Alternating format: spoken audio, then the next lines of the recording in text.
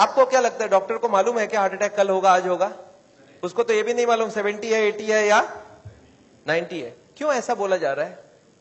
To create a fear. और fear से क्या होगा फिर? ऑपरेशन के लिए इमीडिएटली, बहुत सारे लोगों को इतना बोलने का जरूरत ही नहीं, वो तो इमीडिएट तैयारी हो जाता है। हार्ट का सुनते उसके मन में ऐसे ही डर रहता है, उसको ज्यादा डराने का। पर कभी कभी पेशेंट बोलता है सर एक बात बताइए, ब्लॉकेज तो कल भी था, ब्लॉकेज तो आज भी है, कल तक तो मैं सारा ही काम कर रहा था, ये पेन तो मेरे को बड़े दिनों से है, मैं अब तो पता चला हूं, तो आप एक काम करिए, मेरे को आप डिस्चार्ज कर दीजिए, मैं घर जाके फिर सोचूंगा। बोला नहीं, आप एक काम कीजिएगा, आप करवट भी लेंगे ना तो हमको पूछ लीजिएगा। पेशेंट बोलता है नहीं सर मैं तो घर जाऊंगा। बोला आप रुकिए, आपके घर वालों से मैं पूछता हूं। अच्छा, घर वाले बाहर कौन कौन वेट कर रहे होंगे? सारा खानदान वेट कर रहा होगा। वहां पे जाके क्या बोलना है कि patient is very critical, any moment he can die. आप बोलो मैं बचाने की कोशिश करूं और जाने दूं। अच्छा, आंसर क्या होगा? वाइफ क्या बोलेगी कि जिंदगी भर इन्होंने मेरे लिए किया, आज मेरे को चांस मिला, आज तो मैं ऑपरेशन। वाइफ बोलती है कोई चीज का भी कोई भी कंजूसी हमें नहीं करना है, इनको तो बचाना। अच्छा, बेटा मानेगा कि नहीं? एक बेटा बड़ा समझदार होता है, बोलता है डॉक्टर को, डॉक्टर साहब एक बार बताइए, मैंने सुना है कोलेस्ट्रॉल की वजह से ब्लॉकेज होता है, इनका कोलेस्ट्रॉल हाई है, तो क्या करूं कि कोलेस्ट्रॉल कम हो जाए? खाने पीने में क्या क्या चेंज लाना चाहिए? अच्छा, कार्डियोलॉजिस्ट मान जाएंगे इन सब बात में? वो बोलेंगे you are wasting my time, he is dying and you are talking all this rubbish. अच्छा, तब तक और जितने परिवार वाले बोले नहीं नहीं ऑपरेशन होना ही चाहिए। मेरे एक पेशेंट थे, बोले डॉक्टर साहब मेरे साथ पूरा ऐसे ही हुआ, मैं तो खाली एक बार टेस्ट कराने गया था और उसके बाद वो ऑपरेशन करके ही भेजे मेरे को वापस। मेरे एक और पेशेंट थे, बोले सर मैं फिर भी नहीं कराया, मैं निकल आया। मैं बोला आप निकले कैसे? बोला मैंने बोला मैं तो नहीं कराऊंगा, मुझे घर जाना है। वो बोले नहीं आप घर भी नहीं पहुंचेंगे। मैं बोला मैं लिख के देता हूं, मैं पहुंच जाऊंगा। फिर मैंने लिख के भी दे दिया, फिर भी वो जाने नहीं दिया। फिर मैंने लास्ट बोला, मैंने बोला देखो मैं करने तैयार हूं, पर प्रॉब्लम है मेरे पास पैसे नहीं है, आप फ्री का कोई ट्रीटमेंट हो तो करवा डालो। तब इन्होंने बोला कोई प्रॉब्लम नहीं है, आप घर चले जाओ। फिर मैं जब घर जाने लगा तब फिर से बुलाया उन्होंने, बोला अब आप एक बार बताओ ये इतने पैसे आप कितने दिन में इकट्ठा कर सकते हो? तब मैंने बोला देखिए मुझे प्रॉपर्टी बेच के आना होगा, 2 महीना लगेगा। फिर मुझे 2 महीना उन्होंने टाइम दे दिया, बोला अब कोई प्रॉब्लम नहीं है, 2 महीने बाद ही ऑपरेशन होगा।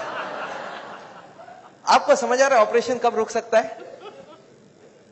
दिस इज, मैं ये नहीं बोलूंगा सारे जगह एग्जैक्टली यही हो रहा है, पर इसका ही कुछ छोटा मोटा रूप ये हॉस्पिटल का सिस्टम है। पर एक बात मैं जानता हूं, हॉस्पिटल को ये चॉइस देना चाहिए पेशेंट को, देखो the blockage is so much so much so much, these are the reasons, आप देखो क्या चाहते हो। आप अगर अपने आप को बदलोगे तो ऑपरेशन रुक सकती है, आप नहीं बदलना चाहते हो तो मैं ऑपरेशन कर दूं, उसके बाद जाके बदलने का कोशिश करो। But the hospitals don't give chance, उनको मालूम है ये एक मौका है, ऑपरेशन कर लेते हैं, बट उसके बाद भी उनको यही करना पड़ेगा, लाइफस्टाइल चेंज तो पेशेंट को फिर भी करना पड़ेगा। मैं जानता हूं हार्ट के पेशेंट्स को मैं 3 चीज देखते दिखाऊं, एक तो दवाइयां हैं, एक बाईपास और एक एंजियोप्लास्टी। ये दवाइयां मैं आपको एक बार समझाना चाहता हूं दवाइयां क्या काम करती है, और another 10 minutes I will take. देखिए ये ट्यूब है जिसमें कोई ब्लॉकेज नहीं है, और ये 80-90% ब्लॉक है, दिख रहा है आपको? अब ये पेशेंट को चलने से दर्द होता है, एक दवाई ऐसी है जो दवाई देते ये दर्द कम हो सकती है। कौन सी दवाई है? सॉर्बिट्रेट, नाम सुना आपने? क्या करता होगा सॉर्बिट्रेट? देखिए क्या करता है Sorbitrate, this is what is the action of Sorbitrate. क्या हुआ? ट्यूब चौड़ी हो गई, ब्लॉकेज वहीं की वहीं रह गई, ट्यूब चौड़ी हो गई, ट्यूब थोड़ा फैल गया, फैलते क्या हो गया? ब्लड सप्लाई बढ़ गई। पेशेंट बोलता है मुझे अब कोई दिक्कत नहीं है, पर यह दवाई का असर रहेगा 8 घंटे बाद, तो 8-8 घंटे में एक सॉर्बिट्रेट देनी पड़ेगी। एक पेशेंट मेरे को बोला मैं सॉर्बिट्रेट नहीं लेता हूं, मैं मोनोट्रेट लेता हूं। मैं बोला वो भी सॉर्बिट्रेट का ही भाई है। तो ये जितने भी सॉर्बिट्रेट है उनका नाम मैं आपको दिखा सकता हूं, these are all kinds of Sorbitrate and all, ये सब दवाई हम लोग दे देते हैं। सॉर्बिट्रेट, इस्मो, आइसोडिल, मोनोट्रेट, नाइट्रोफिक्स, एंजिसेड, इमडूर, वेंजिकॉर, वेसोट्रेट, मोनोट्रेट, सॉर्बिट्रेट, मोनोसॉर्बिट्रेट, नाइट्रोकंटीन, वेसोप्रीन, मोनोस्प्रीन, इस तरह की दवाइयां हम हार्ट के पेशेंट्स को दे देते हैं। एनीवे दवाइयां बहुत सारे तरह की मिलती है, एक होता है हार्ट की ऑक्सीजन की जरूरत को कम कर देता है, इसको बोलते हैं beta blocker, calcium channel blocker, फिर एस इनहिबिटर, ऐसे करके बहुत सारी गोलियां हम लोग हार्ट के पेशेंट्स को दे सकते हैं। I am not going to go into that detail. कुछ ब्लड पतला करने का दवाई भी देते हैं, आपने देखा है नाम, Ecosprin, Colsprin, ASA, Delisprin, Disprin, Clopigrel, Clopilet, Clopivas, Ceruvin, Clavix, Clotrel, Plagerine, Stromex, Deplatt, इस तरह की गोलियां हम लोग देते हैं ब्लड को पतला करने के लिए। पर ये गोलियां देने से भी पेशेंट ठीक नहीं होता है। तो इसके लिए मैं चाहता हूं वो लाइफस्टाइल चेंज करें, अपनी ब्लॉकेज को कम करें कि उनको देने की जरूरत पड़े ही नहीं। अच्छा, ये गोलियां इतनी खाएगी, इसके साइड इफेक्ट्स होती है क्या? अगर साइड इफेक्ट होती है कॉन्स्टिपेशन, तो कॉन्स्टिपेशन की और गोली दूंगा, और एसिडिटी हो जाए तो एसिडिटी की गोली दूंगा, और नींद ना आए तो नींद की गोली दूंगा। अच्छा बताइए, बीमारी ठीक हो रहा है कि नहीं हो रहा है? आई एम नॉट कीन, मैं जानता हूं दवाई आज जरूरत है, पर कल दवाई की जरूरत ना हो उसका बंदोबस्त करना बहुत जरूरी है। इसके बाद चलते हैं, ये एंजियोग्राफी क्या चीज है। हॉस्पिटल में जाते हैं, एंजियोग्राफी करते हैं, और ये एंजियोग्राफी मुझे पसंद क्यों नहीं है मैं आपको बताना चाहता हूं। This is what is the problem with angiography. एक तार आपकी पूरे बॉडी को स्क्रैच करके हार्ट तक लेके जाना है। ये तार यहां से जो घुसेगी, 1 meter wire is inserted into the body till it reaches the heart. It is a blind procedure. Blind मतलब क्या? आप घुसा दो, ये अंदर जाती जाएगी, और अगर अटक गई तो वापस खींच के फिर से ट्राई करना होगा। मतलब वो अंदर स्क्रैच करेगा ही करेगा, पूरे बॉडी को स्क्रैच करती है। वो लिखवा लेते हैं कि अगर हार्ट अटैक हो गया तो मेरी कोई जिम्मेवारी नहीं है, और ये पूरे बॉडी को ये पंक्चर भी कर सकता है। मैंने ऐसे ऐसे पेशेंट देखे हैं कि एंजियोग्राफी के वक्त ही डेथ हो गई। एंजियोग्राफी में पैर को काटना पड़ा अल्टीमेटली, क्योंकि वो पैर की ट्यूब को डैमेज कर दिया। तो एंजियोग्राफी मैं नहीं चाहता हूं। और उसके बाद क्या होगा? इनएक्यूरेसी अबाउट द रिपोर्ट, और उसके बाद pressure from the cardiac doctors for the next operation. Patient को लगता है मेरे को इमरजेंसी हो गया, बट इमरजेंसी प्रिसिपिटेट कराया जा सकता है। एनीवे, ये एंजियोप्लास्टी जो है, ये दो ऑपरेशन, दो चीज वो लोग करते हैं, एक एंजियोप्लास्टी, एक बाईपास सर्जरी। मैं एंजियोप्लास्टी 2 मिनट आपको समझाना चाहता हूं। What is this angioplasty? एक स्टेंट लगाते हैं, सुना आपने नाम? एक रिंग लगा देते हैं हार्ट में। What is this?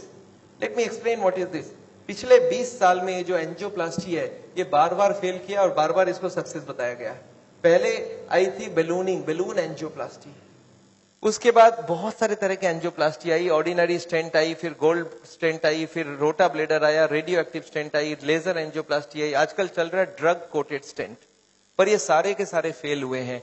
क्यों फेल हुए, एक बार समझाना चाहता हूं। देखिए, ये बैलूनिंग क्या चीज है? याद है आपको एंजियोग्राफी के वक्त तार अंदर घुसाई थी, वो कहां तक गई थी? हार्ट तक, यहां तक तार आई थी।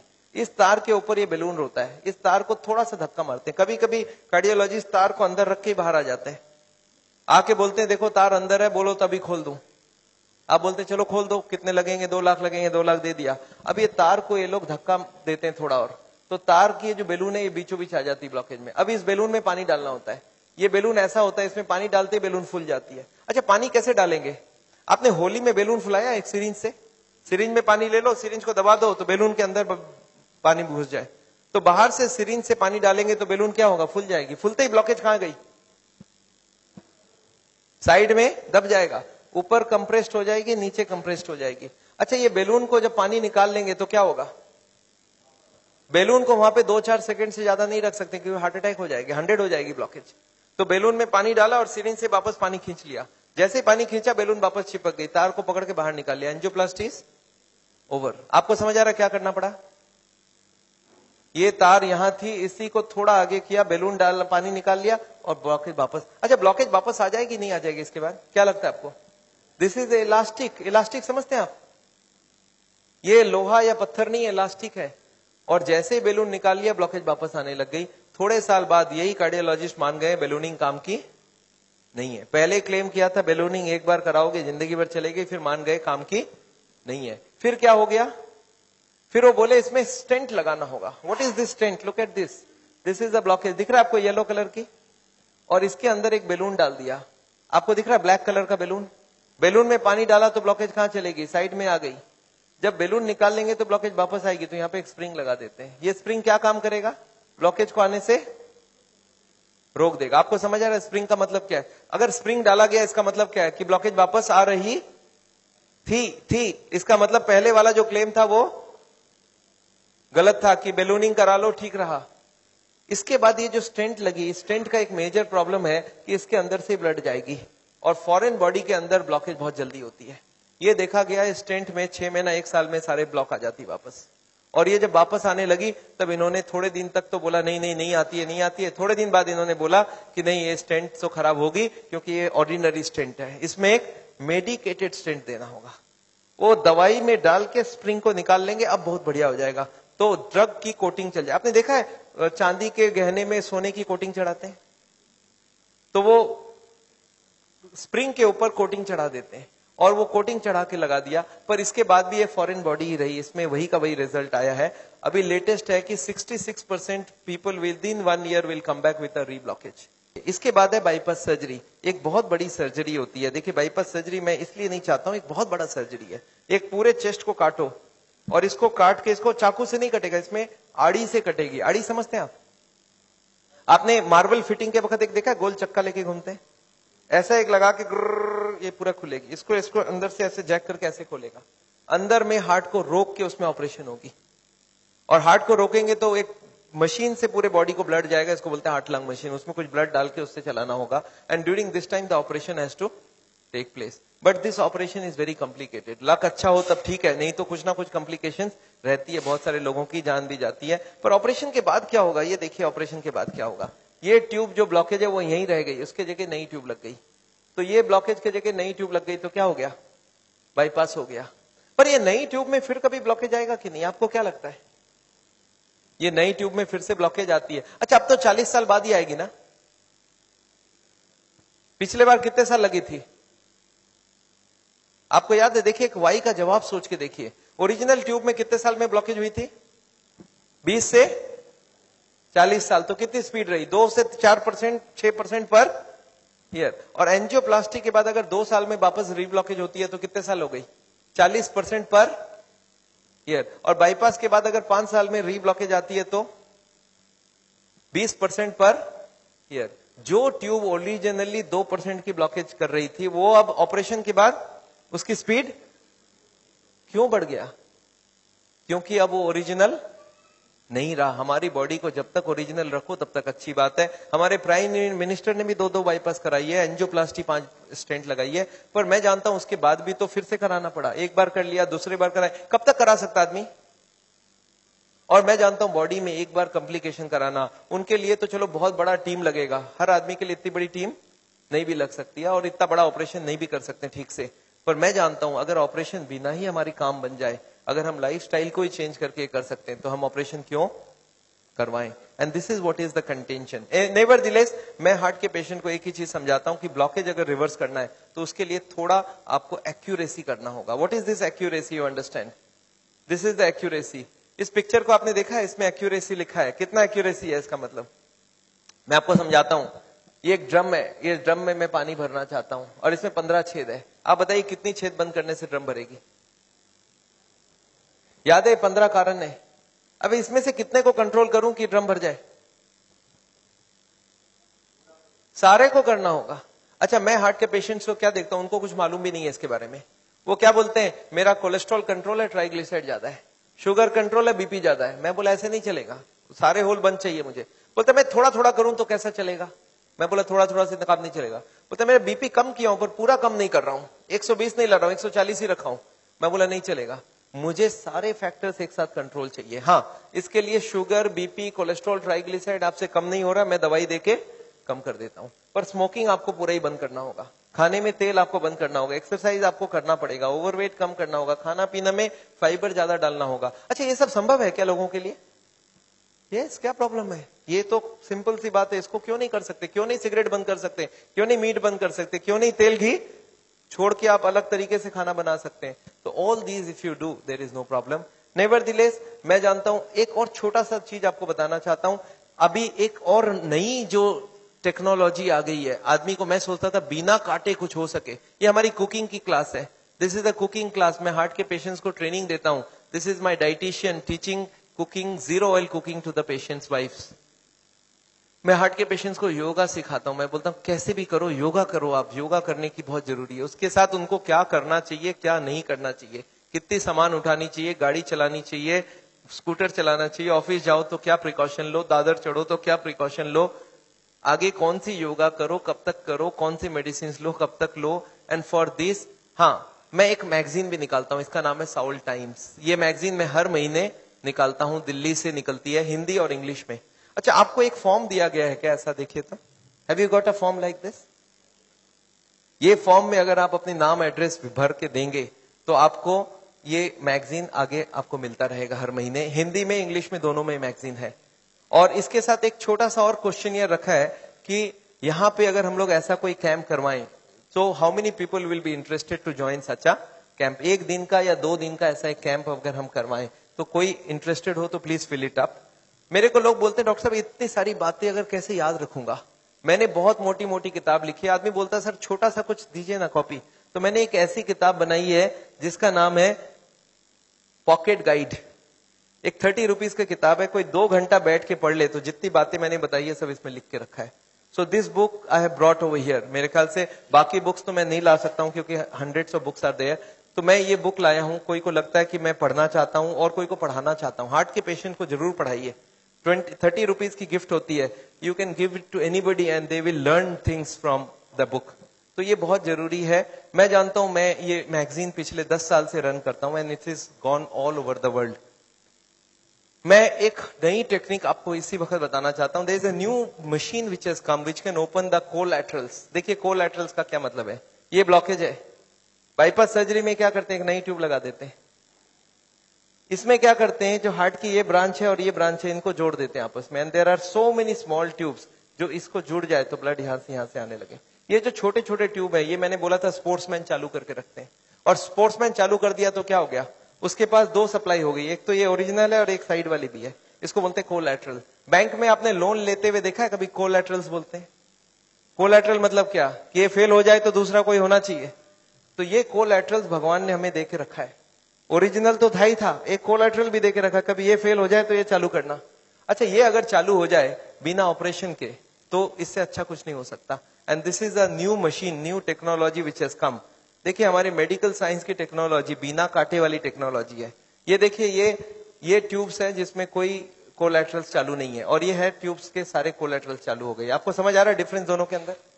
ये जो छोटे छोटे कोलैटरल्स है ये हमारे सबके पास है, और एक मशीन से इसको या तो स्पोर्ट्स करके चालू कर सकते हैं या तो एक मशीन से चालू कर सकते हैं। ये मशीन क्या करती है सोचिए, ये जैकेट्स लगा दिया हमने कफ में, थाई में, बटक्स में, और सारे को एक साथ स्क्वीज कर दूं तो क्या होगा, इसकी ब्लड कहां जाएगी, बॉडी में ही रहेगी, पर कहां जाएगी, ये हार्ट के तरफ जाके हार्ट के ट्यूब्स को धक्का देके प्रेशर देके इसको खोलेगी।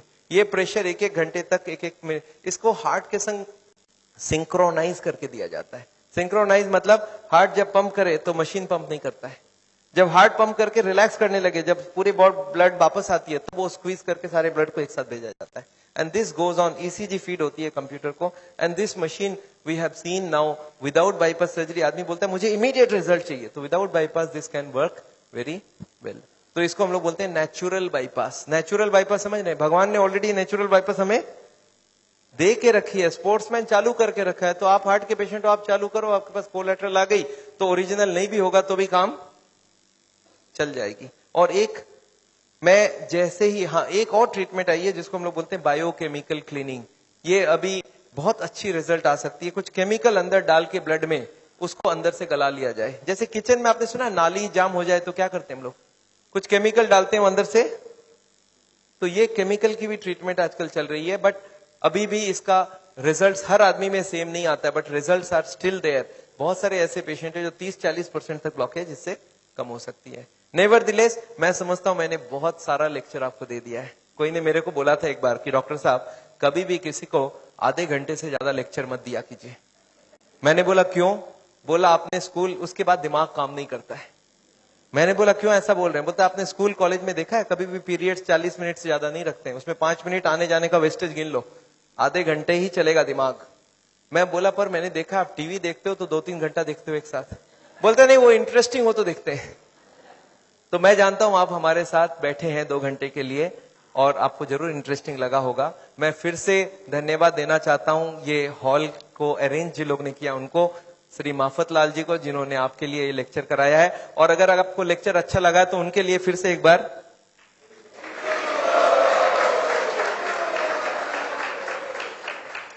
I just wanted to formally thank Dr. Chajjar for a wonderful, not only a wonderful talk, but highly personal and very interactive, and particularly the stamina and energy that is shown at the end of the day. Just came back from Hyderabad today, so I think we should give him a much more warm welcome.